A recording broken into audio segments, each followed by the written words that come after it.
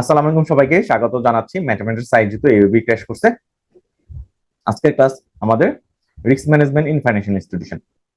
জি, আমরা চলে যাচ্ছি আমাদের আজকের রিস্ক ম্যানেজমেন্ট ইন ফাইন্যান্সিয়াল ইনস্টিটিউশনের সেকেন্ড চ্যাপ্টারে, module B, risk identification and assessment. আমরা এই চ্যাপ্টারে রিস্ক আইডেন্টিফিকেশন নিয়ে কথা বলবো, রিস্ক অ্যাসেসমেন্ট নিয়ে কথা বলবো। আমরা কিন্তু গত ক্লাসে অলরেডি আমার রিস্ক আইডেন্টিফিকেশন এবং অ্যাসেসমেন্ট নিয়ে কথা বলছি। আমরা রিস্ক ম্যানেজমেন্ট এবং রিস্ক অ্যাসেসমেন্টের সাথে ভিতরে ডিফারেন্সটা দেখার চেষ্টা করছি। এই চ্যাপ্টারে আরেকটু রিগোরাসলি একটু ডিটেইলে দেখার চেষ্টা করবো। সো প্রথম কোশ্চেন হলো, কি রিস্ক ইন আওয়ার ব্যাংক অথবা অর্গানাইজেশন। আমরা যদি সবাই ব্যাংকে চাকরি করি, সো অথবা লিজিং কোম্পানিতে চাকরি করি, অথবা আমার আইসিবি অথবা বাংলাদেশ ব্যাংকে চাকরি করি, তো আমার এই অর্গানাইজেশনের রিস্ক গুলা কি কি এবং ম্যানেজমেন্ট স্ট্র্যাটেজি গুলা কি কি। সো কি রিস্ক, এটা কিন্তু আমরা অলরেডি পড়ে আসছি। আমার একটা ব্যাংকের ফাইন্যান্সিয়াল ইনস্টিটিউশনের রিস্ক গুলা কি কি। আমার credit risk, market risk, operational risk, liquidity risk, regulatory risk এবং রেপুটেশনাল রিস্ক। এই রিস্ক গুলা মানে ইন কমন আমার সবগুলা অর্গানাইজেশনে আসলে থাকে। সো ক্রেডিট রিস্ক হলো আমার লোন ডিফল্ট হওয়ার যে রিস্কটা। মার্কেট রিস্ক হলো আমার মার্কেট ফ্লাকচুয়েশনের কারণে আমার শেয়ারের ভ্যালু কমার কারণে যে আমার রিস্কটা অ্যারাইজ হয়, ফাইন্যান্সিয়াল লস হয়। অপারেশনাল রিস্ক হলো আমার অপারেশন কোনো ব্রাঞ্চে আগুন লাগার কারণে যেটা হয়ে থাকে। লিকুইডিটি রিস্ক হলো আমি যদি আমার ডিপোজিটরদের টাকা রিপে না করতে পারি, ওইটা আমার liquidity risk. Regulatory and compliance risk হলো বাংলাদেশ ব্যাংকের গাইডলাইন যদি আমি ফলো না করি, সে আমাকে জরিমানা করে। রেপুটেশনাল রিস্ক হলো আমার যদি রেপুটেশন নষ্ট হয়, রেপুটেশন অনেকভাবে নষ্ট হতে পারে।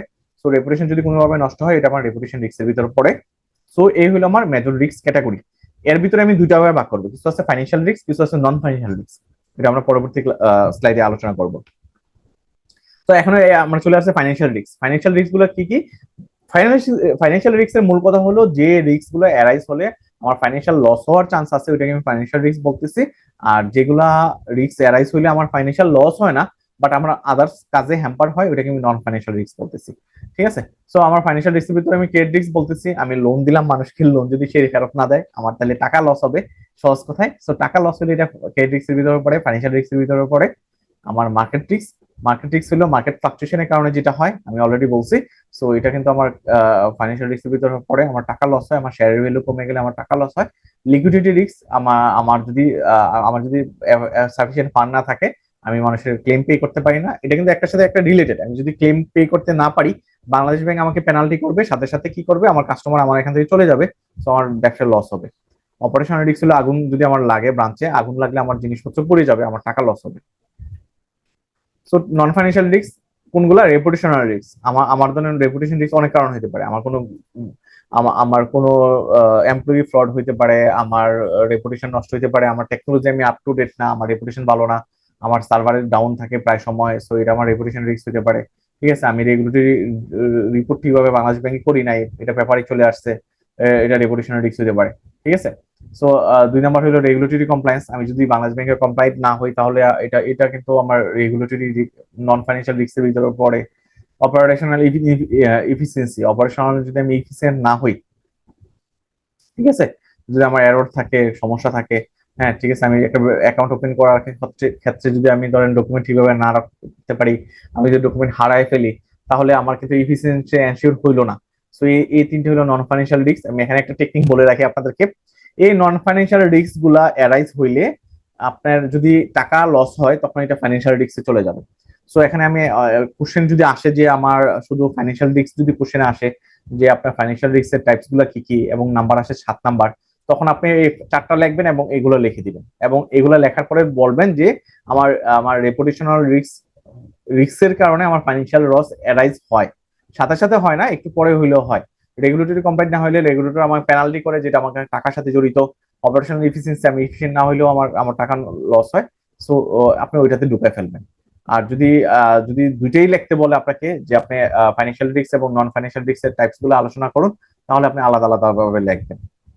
তো আমি বটম লাইন হলো, আমার নন ফাইন্যান্সিয়াল রিস্ক যদিও টাকার সাথে রিলেটেড না, বাট ইমিডিয়েটলি টাকার সাথে রিলেটেড না, বাট লং টাইমে 2 মাস বা 3 মাস পরে কিন্তু আমার আমার টাকা লস হয়, টাকা লস হয়।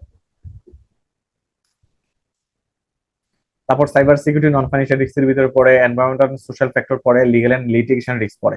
So non financial risk total 6টা। সো এগুলো সরাসরি টাকার সাথে রিলেটেড না, সাথে সাথে আমার টাকার সাথে রিলেটেড হয় না, বাট পরবর্তীতে কিন্তু আমার আমার রেপুটেশন নষ্ট হয়, মানুষ আমার কাছে টাকা রাখে না, আমার ফাইন্যান্সিয়াল লস হয়।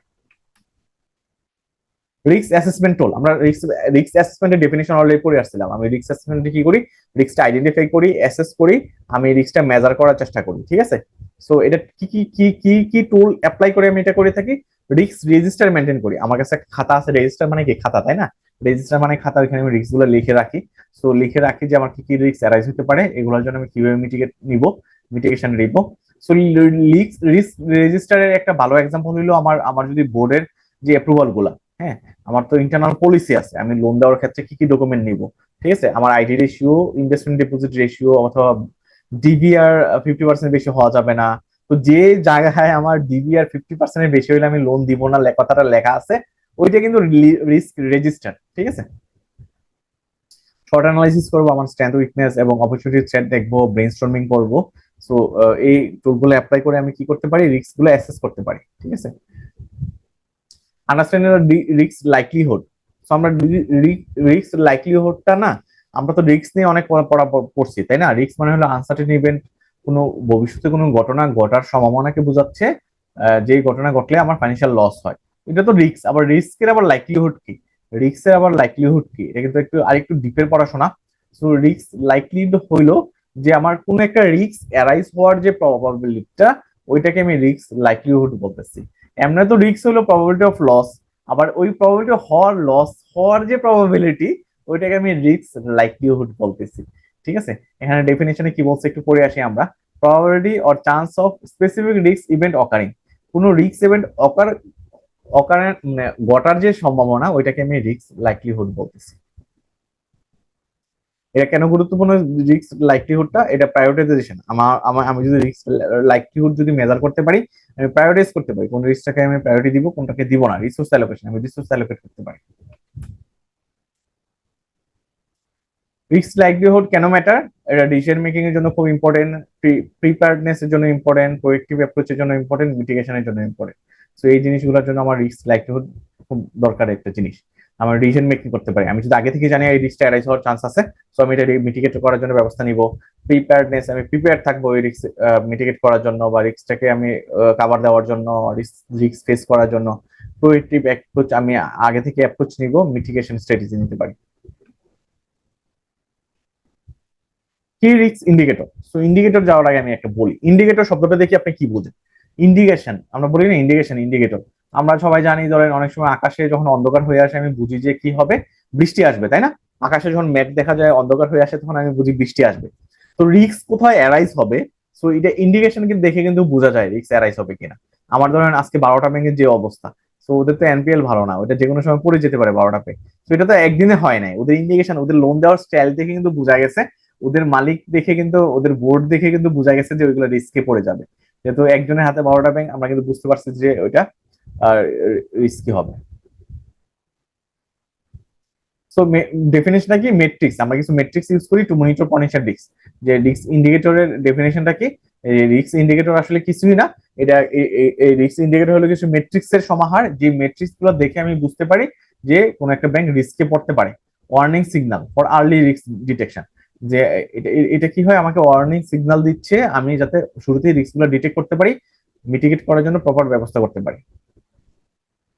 এক্সাম্পল কি হইতে পারে, আমার সাইবার সিকিউরিটি, আমরা সবাই জানি প্রত্যেকটা ব্যাংক আমার সফটওয়্যার বেসিসে পরিচালিত হয়, ঠিক আছে, ওই সফটওয়্যার হিসাবগুলো রাখা হয় টাকার। সো সফটওয়্যার যদি আমি দেখি যে ওই সফটওয়্যারে কেউ আমার ইন করতে চাচ্ছে, যে বাইরের কেউ আমার সফটওয়্যারকে ইন করতে যাচ্ছে, অ্যাটাক করতে চাচ্ছে, তো এগুলো কিন্তু কিছু ফায়ারওয়াল আছে, আগে থেকে আইডেন্টিফাই করা যায়, ডিটেক্ট করা যায়। সো যদি কোনো ব্যাংক দেখে যে তার ব্যাংকে সফটওয়্যারটাকে 12বার ট্রাই করা হয়েছে ব্রিচ করার জন্য, তার মানে সে হাই রিস্কে আছে, ঠিক আছে। সো এটা একটা ইন্ডিকেটর হইতে পারে। রিস্ক রেজিস্টার, এখানে একটা জিনিস শুনেন, রেজিস্টার মানে আমি বলছিলাম যেখানে লেখা হয়, তো রিস্ক রেজিস্টার হলো ওইটাকেই আমি বলবো যেখানে আমি রিস্ক গুলো লিখে রাখি, ঠিক আছে। এটা একটা structure document, recording identified risk. এখানে এটা একটা স্ট্রাকচার ডকুমেন্ট যেখানে রিস্ক গুলো লেখা হয়, কিন্তু বাস্তবে কি আসলে কি কোনো খাতায় লেখা থাকে রিস্ক, যে আমার credit risk, market risk, operation risk, এরকম ব্যাংকের খাতায় লেখা থাকে? লেখা থাকে না। কোথায় লেখা থাকে তাহলে? আমার বোর্ড মেমোতে লেখা থাকে, পলিসিতে লেখা থাকে, হ্যাঁ, বাংলাদেশ ব্যাংকের যে গাইডলাইন দেওয়া হয়েছে রিস্ক ম্যানেজমেন্টে, ওইখানে লেখা আছে। সো আমি এই বাংলাদেশ ব্যাংকের রিস্ক ম্যানেজমেন্টের গাইডলাইন, বাংলা বোর্ডে অ্যাপ্রুভাল কোনো পলিসি, ওইগুলাকে আমি রিস্ক রেজিস্টার বলতে পারি, ওইগুলাকে আমি রিস্ক রেজিস্টার বলতে পারি। কম্পোনেন্ট গুলো কি কি, ডেসক্রিপশন অফ রিস্ক, ওইখানে ডেসক্রিপশন গুলো বলা আছে, ঠিক আছে। লাইকলিহুড এন্ড পটেনশিয়াল ইম্প্যাক্ট গুলো বলা আছে, response, strategic risk owner, current status of each risk, এগুলো স্ট্যাটাস বলা আছে, কারেন্ট রিস্ক। আমি যদি একটু ডিটেলে বলি, আমার রিস্ক রেজিস্টারে কিন্তু আমার একটা বোর্ডে যখন পলিসি পাস হয়, পলিসি যদি আমি ক্রেডিট রিস্ক নিয়ে যদি পলিসি পাস হয়, যে আমার ডিবিআর 50% বেশি যদি কোনো ক্লায়েন্টের হয়, আমি তাকে লোন দিব না, পার্সোনাল লোন। তারপর কোনো ব্যবসায় যদি আমার আমার যদি সিআরজি যদি 80 ক্রস না করে, আমি দিব না। তো এই যে আমার কিন্তু আমি স্পেসিফিকলি ডেসক্রাইব করে ওখানে বলা থাকে আমি কেন দিব না, দিলে কি হবে, না দিলে কি হবে, এগুলো কিন্তু ডিটেল লেখা থাকে, ঠিক আছে। পারপাস কি, আমি কেন রিস্ক রেজিস্টার মেনটেন করে থাকি, পারপাস তো এটা না পড়লেও আপনি পারবেন। পারপাস হলো আমি রিস্ক ম্যানেজ করার জন্য, রিস্ক আইডেন্টিফাই করার জন্য, রিস্ক মিটিগেট করার জন্য, রিস্ককে কমায় আনার জন্য, ব্যাংকে যাতে ফাইন্যান্সিয়াল লস না হয়, ওই কারণে আমি কি করে থাকি, এই রিস্ক রেজিস্টারটা মেনটেন করে থাকি, ঠিক আছে। Risk rating in banking. So risk rating, আপনি আপনি দেখেন রেটিং মানে কি, আপনি বলেন তো। আমরা রেটিং দিই না যে আপনি 5-এ কত দিবেন, এরকম রেটিং চাই না। ধরেন আমি ক্লাস দিচ্ছি, আমি যদি আপনার একটা ক্লাস শেষে একটা ফর্ম দেই যে আমার ক্লাসটাকে আপনি 10-এ কত দিবেন, তারপর আমি রেটিং দিচ্ছেন, তাই না? 10-এ 8 দিচ্ছেন, 9 দিচ্ছেন, অথবা 7 দিচ্ছেন। তো রেটিং মানে কি, আমি স্কোর করতেছি। সো রেটিং এর মূল কথা হলো কি, যে assigning a score to quantify risk level. যে আমি রিস্ক রেটিংটা হলো আমি রিস্ককে আমি নাম্বার দিচ্ছি, ঠিক আছে। রিস্ককে নাম্বার দিয়ে বলতেছি যে এই রিস্কটা বেশি, এই ব্যাংকে ওই রিস্কটা কম। সো রিস্ক রেটিং এর মূল কথা হলো এটা, আমি স্কোর করব, স্কোর করে বোঝার চেষ্টা করব। সো স্কোরটা কেন করতেছি, আমি বোঝার জন্য যে আমি কি হাই রিস্ক বিলং করতেছি না লোয়ার রিস্ক বিলং করতেছি। আমি একটা ব্যাংকের আমি কিভাবে রিস্ক ইমপ্রুভ, রিস্ক ম্যানেজমেন্ট কিভাবে ইমপ্রুভ করব, আমি আমি কি, এটা কিন্তু 93 সালে কোশ্চেনে আসছিল, আমি কিভাবে একটা ব্যাংকের রিস্ক ম্যানেজমেন্টকে ইমপ্রুভ করব। আহ, কিছু টেকনিক অ্যাপ্লাই করে আমি রিস্ক ম্যানেজমেন্টকে ইমপ্রুভ করতে পারি, আমি টেকনোলজিক্যাল আপডেট করতে পারি। আমরা সবাই জানি ব্যাংকের কোর ব্যাংকিং সফটওয়্যার ইউজ করা হয়, ওইখানে সব হিসাব নিকেশ থাকে। ওইখান থেকে যাতে টাকা সরায় কেউ না নিয়ে যেতে পারে, এখন আমার কি করতে হবে, আমাকে টেকনোলজিক্যালি আপডেট থাকা লাগবে। রেগুলেটরি কমপ্লায়েন্স, বাংলাদেশ ব্যাংক যত সার্কুলার দিচ্ছে সবগুলোকে কমপ্লাই হইতে পালন করা লাগবে। রেগুলেটরি ব্রিচ হইলে আমার আসলে রিস্কটা এড়াইতে হবে বেশি। রিস্ক কালচার বিল্ড আপ করা লাগবে। রিস্ক কালচারটা কিন্তু টপ থেকে বটম, আমার বোর্ড মেম্বার থেকে শুরু করে একবার ব্রাঞ্চ লেভেলের ডেস্ক লেভেলে এমপ্লয়ি পর্যন্ত কালচারটা বিল্ড আপ করা লাগবে। ডেস্ক লেভেলে যে অ্যাকাউন্ট ওপেন করতেছে, সে একটা ডকুমেন্ট ছাড়াও অ্যাকাউন্ট ওপেন করবে না যদি কমিটেড হয়। এবং এমডি যদি বলে যে না ঠিক আছে, আমি ফোন দিয়ে বলবো না, তুমি একটা অ্যাকাউন্ট ওপেন করে দাও আমার আত্মীয়, তাহলে কি হবে, রিস্ক কালচার বিল্ড আপ হবে এবং ওইটা রিস্ক ম্যানেজমেন্টটা স্ট্রং হবে। ট্রেনিং এন্ড ডেভেলপমেন্ট, আসলে মানুষের এডুকেশনের কোনো বিকল্প নাই। এই যে আপনি ব্যাংকিং ডিপ্লোমা দিচ্ছেন, কেন দিচ্ছেন, আপনার নলেজ লেভেলকে বাড়ানোর জন্য, ঠিক আছে। সো ট্রেনিং এন্ড ডেভেলপমেন্টের মাধ্যমে আপনি রিস্ক ম্যানেজ করতে পারেন। আপনি ইন্টিগ্রেটেড রিস্ক ম্যানেজমেন্ট, আপনি ইন্টিগ্রেটেড পলিসি নিতে পারেন, পলিসি নিয়ে আপনি রিস্কটাকে ম্যানেজ করতে পারেন, সাইবার সিকিউরিটি মেজার নিতে পারেন, ঠিক আছে। তো এই ছিল সেকেন্ড চ্যাপ্টারের আলোচনা। আমি বলছিলাম সেকেন্ড চ্যাপ্টারটা খুব বড় না, খুব ছোট একটা চ্যাপ্টার, পড়াগুলো খুব বেশি কঠিন না এবং খুব কাছাকাছি না। সো এই ছিল সেকেন্ড চ্যাপ্টার আলোচনা। সো এই ছিল আজকে ক্লাসের আলোচনা। সো আমরা এখন কোশ্চেন অ্যান্সার সেশনে চলে যাব। তো সবাই ভালো থাকবো, আমি রেকর্ডিংটা অফ করে দিচ্ছি। সো সবাই ভালো থাকবেন, দেখা হবে অন্য কোনো ক্লাসে।